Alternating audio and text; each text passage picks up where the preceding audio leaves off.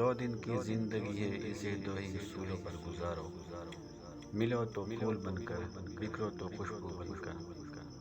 خطرات کے باوجود زندگی وقت سے پہلے ختم نہیں ہو سکتی، اور احتیاط کے باوجود وقت کے بعد قائم نہیں رہ سکتی۔ زندگی کو یہ سمجھ کر بسر کرے، اس میں کچھ حصہ دوسروں کا بھی ہے۔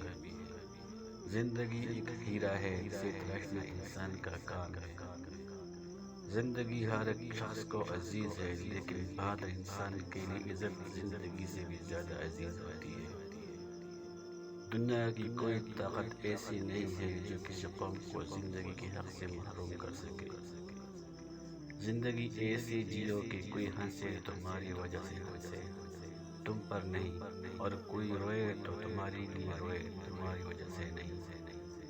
زندگی کے 3 اصول بنا لو، اسے ضرور معافی مانگو جسے تم چاہتے ہو، اسے کبھی مت چھوڑو جو تمہیں چاہتا ہے، اسے کبھی نہ چھپاؤ جو تم پر اعتبار کرتا ہے۔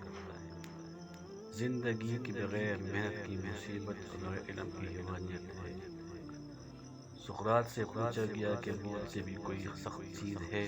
سقراط نے جواب دیا، زندگی، کیونکہ ہر قسم کے رنج و الم و مشکلات زندگی میں ہی برداشت کرنا پڑتی ہے۔ موت ان سے آزاد کرا دیتا ہے۔ ایک بات سمجھ نہیں آتی کہ ہر مسلمان موت ہی کو کیوں ایمان پر چاہتا ہے، زندگی ایمان پر کیوں نہیں گزارتا؟